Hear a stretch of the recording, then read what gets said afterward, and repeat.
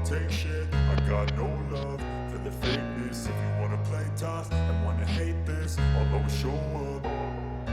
I don't ever slow up, no I don't take shit. I got no love for the fakeness. If you wanna play tough and wanna hate this, I'll always show up and make a statement. I don't ever slow up, no I don't take shit. I got no love for the fakeness. If you wanna play tough and wanna hate this, I'll always show up and make a statement. Everything I do so hey guys, how you going? Welcome to another episode of Prado 150 out of sorry, today's not going to be a video of full drying, unfortunately. We've got about 2.5 weeks left to go before we head off down to the Cape. So I'm just going to run through a couple more things we've done with the car. So we've installed this Roadchef, so I'll run through some details in a minute. I've had about 3 test runs of it, and I've got to say it's working perfectly. Today I've gone over to a mate's house so we can connect it properly, and you'll see that shortly coming up. We've just connected it via the Anderson plug, so we've run the cable from the Anderson plug that was already in the back of the car here, run it up underneath the floor and into the back here. So we'll show you how we've done that. We've also just got one of these from the barn. It's like a double adapter for the Anderson plug. That's going to run a second fridge. We decided that we're going to put a freezer. We'll back 2 seats, it's just a small angle. We're also going to run that via the Anderson plug as well. So we're going to see how we go. We've only got one deep cycle battery, 105 amp hours deep cycle battery. So we only run the Roadchef during the day when we're running the car, or it's in the sun in relation to the solar panel. But we'll do a bit of a test run on that shortly just to make sure that so we've also got a rock light just installed at the back of the car, connected to the roof rack. Josh has done a great job doing all that, so we'll show you that. And I think we're just about ready. So we've got 2.5 weeks to go before we go to Cape York. It's a pretty substantial trip for us, especially travelling from Toowoomba way. I think it's going to be, we worked out about 6,000 kilometres all up. So yeah, it's a bit of budget in relation to fuel. We've also found we had to book some of the accommodation because busy time of the year. If you're planning a trip up there, every second person that you speak to is going up to Cape York, and we're going obviously during June, July, which is a busy time. But anyway, we're looking forward to it, and we've had to book some of the accommodation just so we don't get caught out. So yeah, I think we're just about ready to go. The car's been checked. Just obtained a high lift jack from my mate that did the install, or the wiring install, so that's excellent.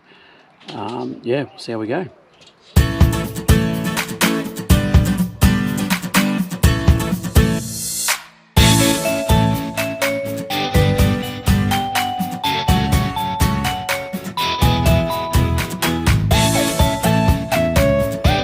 Hey guys, how you going? So just got Joshua here.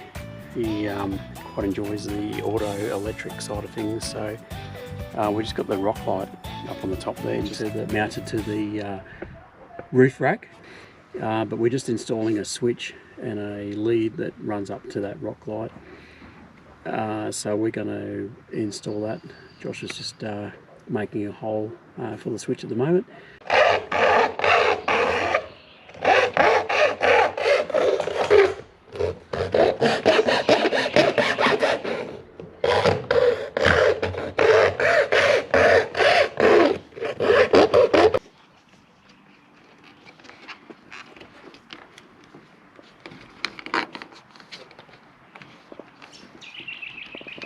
We're going to feed that through, Josh?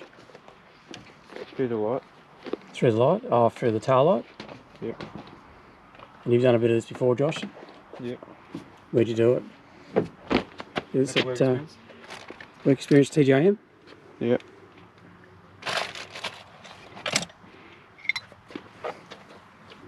We've done a bit of research on how to wire up that switch, didn't we? We've got it all sorted.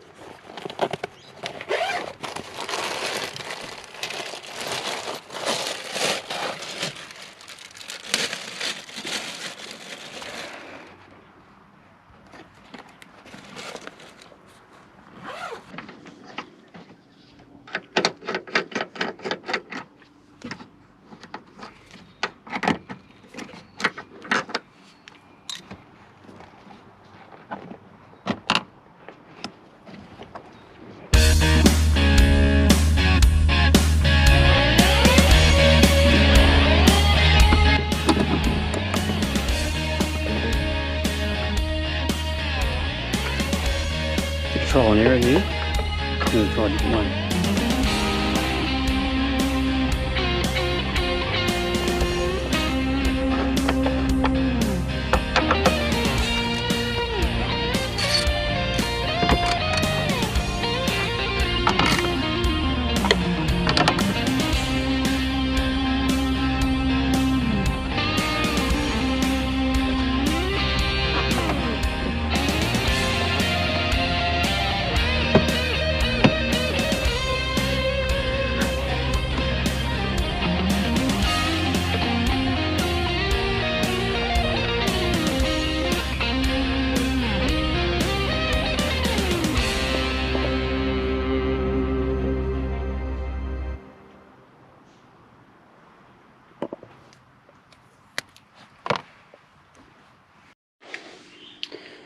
Guys, this is the moment of truth. We haven't quite got it back together again. And Scott, if you're watching, mate, this is the rock light in the video. So there's our switch. Josh, did you want to do the honours? And you've wired it up. There we go, one rock light. Turn him off. Beautiful. Back on. Beautiful. And the switch, it's even got a little light on it. Isn't that a bit flash, eh? Gee, that's pretty flash. So good work, Josh. I've got Chris here. He's a mate of mine. He's really good at the electrical stuff, so I thought I'd give Josh a break. And we're just finishing off the Roadchef Oven. So we're just connecting up a lead up from the underneath the car and to run it. So yeah.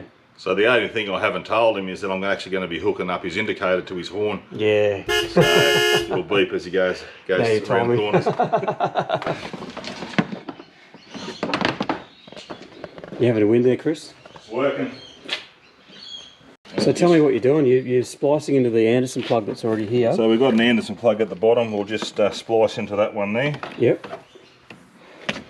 So all we've done is we've just got a bit of plastic tongue there. That just makes it easier to get it through the grommet.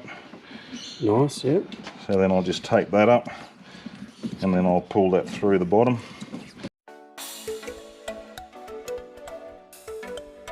And the reason we're using the Anderson plug is it's a bit thicker wire and... Yeah, so we've got 8 gauge on that currently. Yep. And the splice, it's only an 8 amp draw. It's only a short run for that, for the oven. Yep. So we'll only run 6mm. Yep. So that's just for the oven. Now it does come with a connection for a 12-volt plug. So what's the benefit of doing it this way rather than doing it through the 12-volt plug? Oh, the Anderson plugs are a lot more solid. They especially if you're going to be using it with a lot of vibration. Yep. So you go into the cape, just makes it a lot sturdier.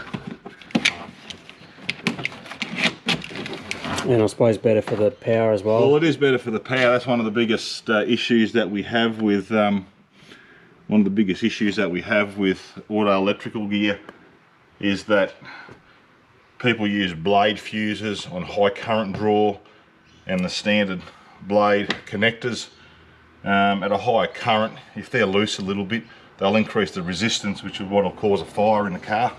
So what are you doing here, mate? So now I'll splice into the existing one. So you pull that out and put a new one in, or do you just go into it? I'll just I'll re-crimp a brand new one in there. So what I might do is I might actually cut that right off and give you one that hasn't got so much mud in it.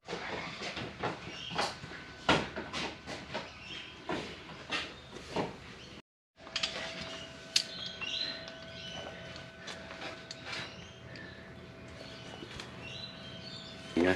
Moment of truth before we finish cable tying all the cables underneath the vehicle, and we've got a red light. Look at that, eh? Excellent. And no smoke coming out of it. That's what you want. Perfect. So yeah, Chris is we've just wired that in. Well, we'll say properly.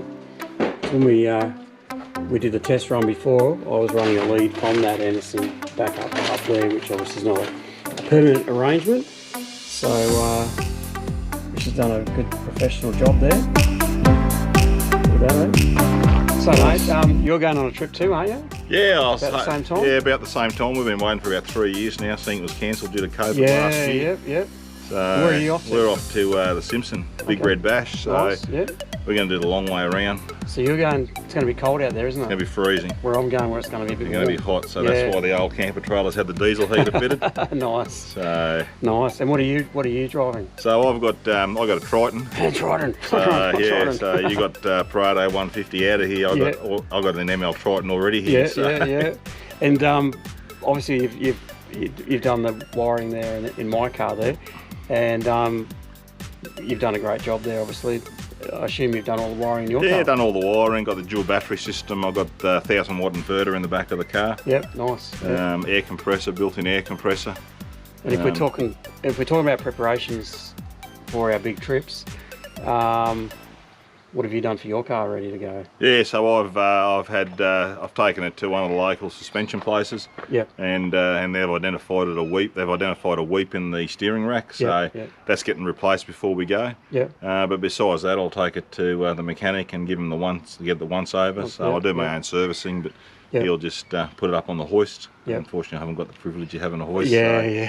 So he'll put it up on the hoist just to make sure everything's done. So. One thing I have done with the camper though is I've painted everything in zinc black underneath. Okay. Advantage of having in zinc black I find is that if you've got a bolt loosening and you see a bit of silver, it's easier to see silver than having silver on a silver chassis. So I've repainted it. So on corrugated roads. Yeah, I was going to say corrugated roads. These things can happen. So. Now we mentioned while we're doing that, we brought up the conversation about communication, particularly when you're out. Yep. Where you're going, where I'm going.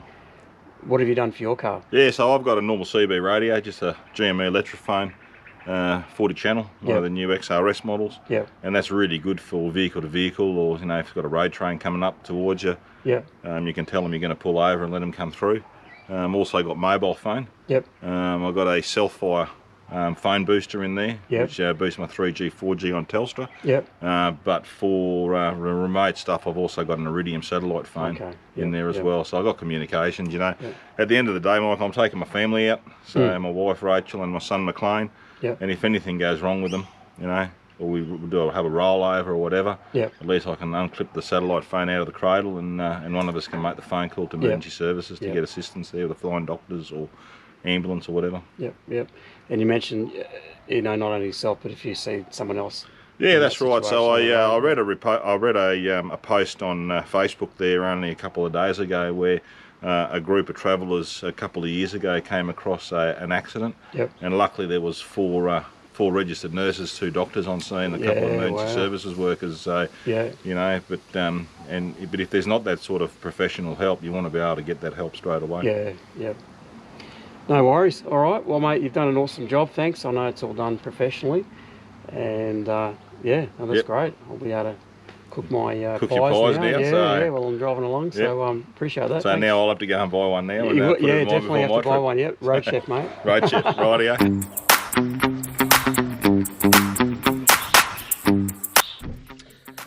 So guys, if you're watching and you got any tips that you can offer, just leave them in the comments below. What you guys would do when you're preparing for a trip, such as the Cape or Big Red, any of those places, just to make sure that your vehicle's all intact and you've got everything that you need. Yeah. So even as far as the budget goes, you need to know how much money you're going to spend. Well, I'm taking 2 teenagers and one pre-teen, I suppose. That's 3 kids plus myself. And as you know, with kids, they eat non-stop. And if you got to keep them fed, keep them happy. So yeah, let us know in the comments anything else that I may not have thought about in relation to planning a big trip. And if you liked the video, give us a like. And would really appreciate you hitting that subscribe button. So thanks guys.